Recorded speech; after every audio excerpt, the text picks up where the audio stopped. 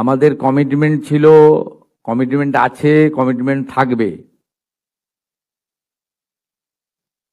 June মাস থেকে 31শে জুলাই পর্যন্ত ফর্মে অনলাইন অফলাইনে আবেদন নেওয়া হয়েছে। অফলাইনে যাদের আবেদন নেওয়া হয়েছে তাদেরকে পোর্টালে আপলোড করার কাজ হচ্ছে, ভেরিফিকেশন করা হয়েছে। প্রথম যেহেতু আমরা জুনে লঞ্চিং করব বলেছিলাম, 28 লক্ষ লোককে এখান থেকে দিয়েছিলাম। নেতাজি ইন্ডোর স্টেডিয়াম থেকে আমরা অ্যাপ্রক্স 1,19,00,000 মতো লোককে দিয়েছিলাম। তারপরেও আমরা আবেদন নিয়েছি 31শে জুলাই পর্যন্ত। 2,16,00,000 মোট আবেদন করেছেন। এই আবেদনকারীদের প্রত্যেকটা ভেরিফিকেশন করার কাজ চলছে। ভেরিফিকেশন প্রায় শেষ পর্যায়ে এসে গেছে। আজকে আমি ডিটেলসে বলবো না। 10 তারিখে আমি এবং সংশ্লিষ্ট মন্ত্রী মালতী রাভা রায় ডিটেলসে প্রেস কনফারেন্স করব 2 PM, ঠিক আছে? আপনারা আসবেন মিছিলের আগে, তেরঙ্গা যাত্রার আগে। 17ই আগস্ট থেকে 10ই জুলাই পর্যন্ত যারা আবেদন করেছেন তাদের ভেরিফিকেশন কমপ্লিট করা যাবে, মানে 10 তারিখ পর্যন্ত এই মাসের। 11 থেকে 31শে জুলাই ভেরিফিকেশনের জন্য আরো সময় লাগবে, কিন্তু আমরা এই মাসের 17ই আগস্ট থেকে আমরা 3,000 টাকা করে ভেরিফাইড লোকেদেরকে, মহিলাদেরকে অ্যাকাউন্টে পাঠাবো। এবং কারা কারা বিবেচিত হবেন সম্পূর্ণ ক্রাইটেরিয়া 10 তারিখ সোমবার বলে দেব।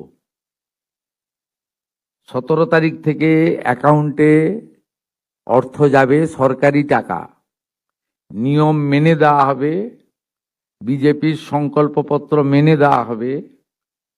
একটা স্কিম তৈরি করতে গেলে, দিতে গেলে যে ফাইন্যান্সিয়াল মিনিমাম ডিসিপ্লিন লাগে সেটা রেখেই দেওয়া হবে।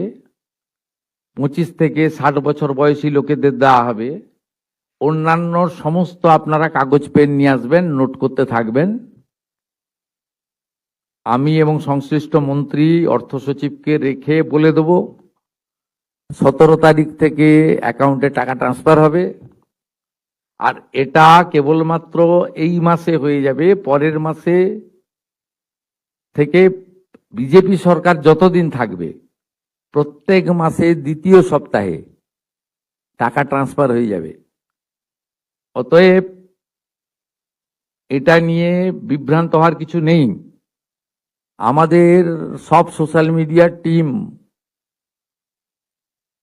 যারা যারা রিল বানাচ্ছেন, রিল করছেন, খুব নজর রাখছে। যারা মিথ্যা তথ্য দিচ্ছেন তাদেরকে চিহ্নিত করে রাখছি। মিথ্যা তথ্য যারা দিচ্ছেন তাদের বিরুদ্ধেও আইনগত ব্যবস্থা হবে। জনগণকে বিভ্রান্ত করার কোনো কারণ নেই। মহিলারা পশ্চিমবঙ্গে যেহেতু কাজ নেই, অর্থ নেই, বাড়িতে পরিযায়ী শ্রমিক,